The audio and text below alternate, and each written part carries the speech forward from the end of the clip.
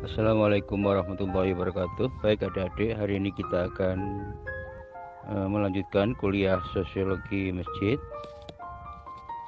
yang merupakan mata kuliah yang penting di jurusan kita di sosiologi agama, karena memang di sosiologi agama ini kita ingin mengkaji dan mempelajari serta mengembangkan hubungan agama dengan masyarakat. Dan salah satu representasi yang terbaik dari hubungan agama dengan masyarakat adalah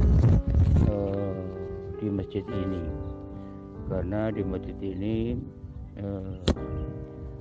agama dengan masyarakat berintegrasi menjadi satu kesatuan sosial yang terlembagakan ke dalam institusi masjid ini. Nah, dalam mata kuliah kali ini saya akan menjelaskan kepada adik-adik semuanya tentang kekuatan agama sebagai kritik sosial yang disubtemakan ke dalam masjid sebagai kekuatan kritik sosial ya. Jadi kalau sekilas kita mengetahui subjudul ini, subtema ini, kita akan teringat bukunya Dr. Muslim Abdurrahman, seorang cendekiawan Islam yang cukup kondang pada masa Orde Baru, yang sekelas sezaman dengan Dr. John Effendi ya. Mungkin beliau keduanya sudah, kalau John Effendi sudah meninggal ya, mungkin sudah meninggal juga belum ini ya.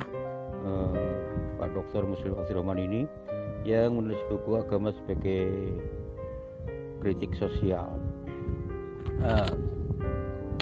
Kalau kita mengamati dan menganalisis peran-peran sosial di masjid di Indonesia, terutama kita juga bisa mengetahui, kalau menggunakan kerangka teori ini, agama juga bisa berfungsi sebagai kritik sosial di masyarakat gitu ya. Jadi karena agama ini memiliki kekuatan moral transenden, yaitu norma-norma yang stabil, nilai-nilai sosial yang mapan, yang dikonstruksi oleh bangunan teologis dan doktrin-doktrin yang sudah baku, maka agama kemudian mengerucut menjadi sebuah kekuatan moral. Jadi menjadi standar moral yang kemudian bisa diturunkan menjadi kekuatan etika sosial di masyarakat melalui nilai-nilai transendensi dari agama itu. Maksud dari nilai itu adalah nilai-nilai dari langit ya, yang berhubungan dengan nilai-nilai ilahiyah yang ketika diterjemahkan oleh para pemulungnya menjadi sebuah nilai-nilai moral yang membuat manusia yang mengimani dan memeluk agama itu mengetahui mana yang baik dan mana yang buruk, mana yang benar dan mana yang salah berdasarkan kriteria dari nilai-nilai yang diajarkan oleh agama, yang merupakan nilai-nilai itu diturunkan oleh Tuhan dari langit ke dunia yang dihuni oleh manusia ini, atau di dunia sosial yang ditinggali oleh masyarakat ini. Jadi agama itu kenapa menjadi kekuatan moral? Karena agama mengajarkan kepada kita agar kita sebagai individu maupun sebagai makhluk sosial bisa membedakan mana yang benar, mana yang salah, mana yang baik, mana yang buruk gitu ya. Kalau dalam bahasa Arabnya itu mana yang hak, mana yang batil gitu. Dan biasanya nilai-nilai yang dibangun oleh agama yang terdapat di dalam kitab suci maupun korpus-korpus hewan ini bersifat tetap ya, bersifat tetap. Misalnya menikah itu baik, tidak menikah itu buruk gitu ya. Apalagi sholat itu baik, tidak sholat itu buruk, gitu ya. Bersedekah itu baik, tidak bersedekah buruk. Itu adalah kekuatan moral dari agama yang mendorong manusia bisa memegang teguh itu untuk menjadi pedoman di dalam kehidupan bermasyarakat ini. Nah, kalau kita menyimak, menganalisis dan mengamati dari ceramah-ceramah keagamaan atau khotbah-khotbah atau pidato-pidato di masjid, terutama yang dilakukan oleh takmir atau para kiai atau imam atau para ustadz itu, kita sering mendengar atau mengetahui bahwa ceramah-ceramah keagamaannya itu memang mengandung muatan moral, di mana telah menjadikan masjid atau menjadikan masjid sebagai kekuatan moral agama yang dipakai menjadi standar untuk melancarkan kritik-kritik sosial keagamaan maupun sosial politik di masyarakat. Tentu saja kritik-kritik ini dipakai untuk memperbaiki keadaan sosial politik, sosial ekonomi, sosial agama di masyarakat, sehingga kritik-kritik yang bersifat konstruktif ini bisa menghasilkan perubahan-perubahan sosial di masyarakat. Itu yang dimaksud agama sebagai kekuatan kritik sosial. Jadi agama dengan kekuatan moralnya itu bisa menjadi instrumen yang efektif dan efisien untuk melancarkan kritik sosial di masyarakat. Dan dengan kritik itu maka akan terjadi perubahan-perubahan sosial yang terjadi di masyarakat. Perubahan yang diharapkan, yang terjadi yang sesuai dengan nilai-nilai yang diajarkan oleh agama, begitu ya. Misalnya ya, ketika masyarakat itu banyak yang mencuri atau berbohong, maka agama melancarkan kritik sosialnya agar tindakan-tindakan yang tidak terpuji itu bisa diperbaiki sehingga masyarakat kembali kepada jalan agama, gitu. Jadi menarik ya, di Indonesia ini fungsi-fungsi dan peran agama, terutama yang dilakukan oleh para takmir masjid atau para ustadz atau para pemimpin agama di masjid atau para imam itu lebih banyak menempatkan agama sebagai kekuatan kritik sosial, di mana agama ini menjadi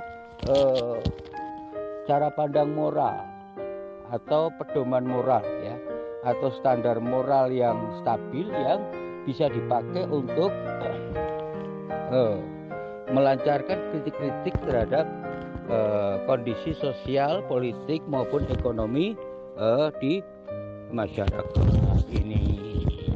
Nah, itu kalau kita baca bukunya Muslim Abdurrahman yang kemudian bisa diintroduksi ke dalam masjid, bagaimana kita memahami fungsi-fungsi sosial dari agama itu ketika menjadi kekuatan moral yang dapat dipakai untuk melancarkan kritik sosial ini. Biasanya memang ketika agama dilancarkan menjadi kekuatan kritik sosial ini memang agak ke kiri-kirian gitu ya, karena memang tradisi kritisisme ini memang agak marsian gitu ya, seperti pikiran-pikirannya Ali Syariati itu juga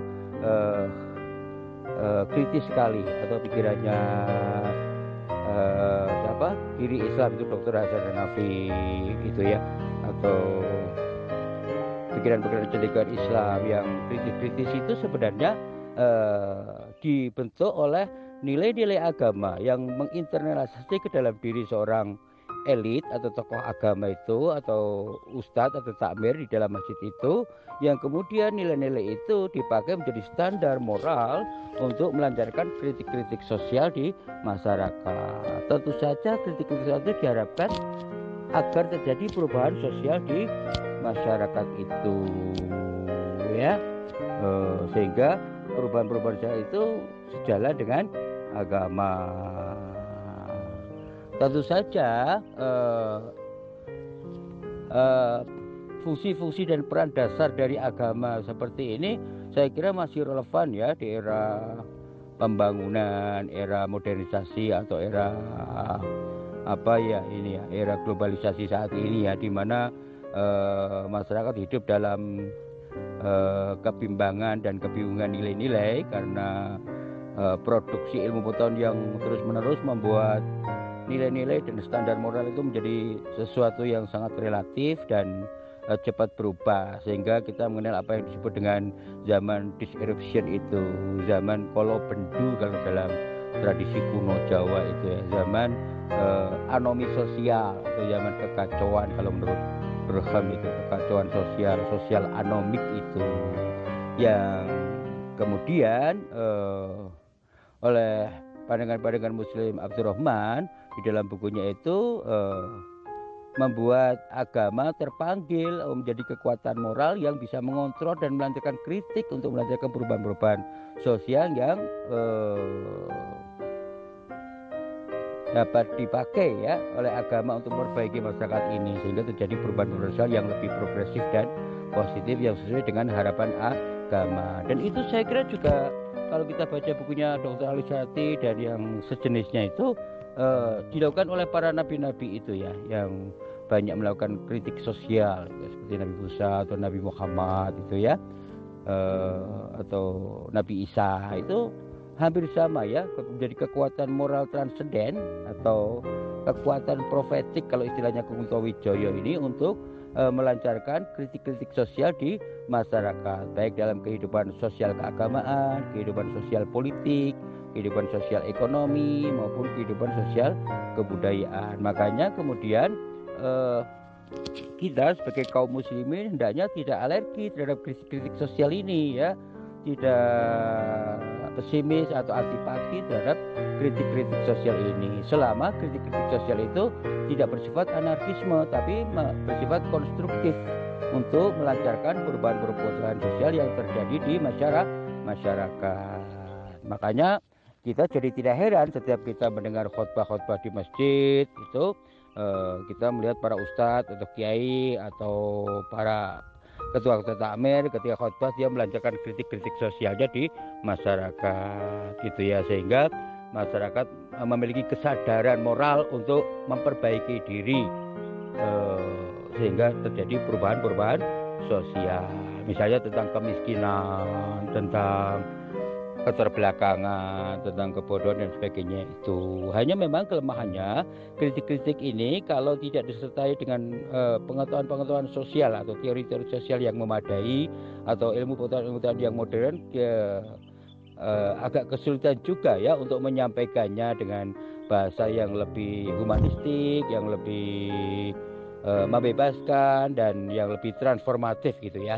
Jadi kritik-kritik itu tidak harus bersifat konfrontatif ya, atau bersifat dialektika revolusioner seperti itu, seperti gagasan-gagasan Marxian, tapi bisa kritik itu bersifat transformatif atau bersifat membangun sebuah kesadaran sosial dan moral, sehingga masyarakat bisa mengalami perubahan-perubahan sosial baik dalam kehidupan ekonomi, kehidupan sosial, kehidupan politik maupun kehidupan kebudayaan itu.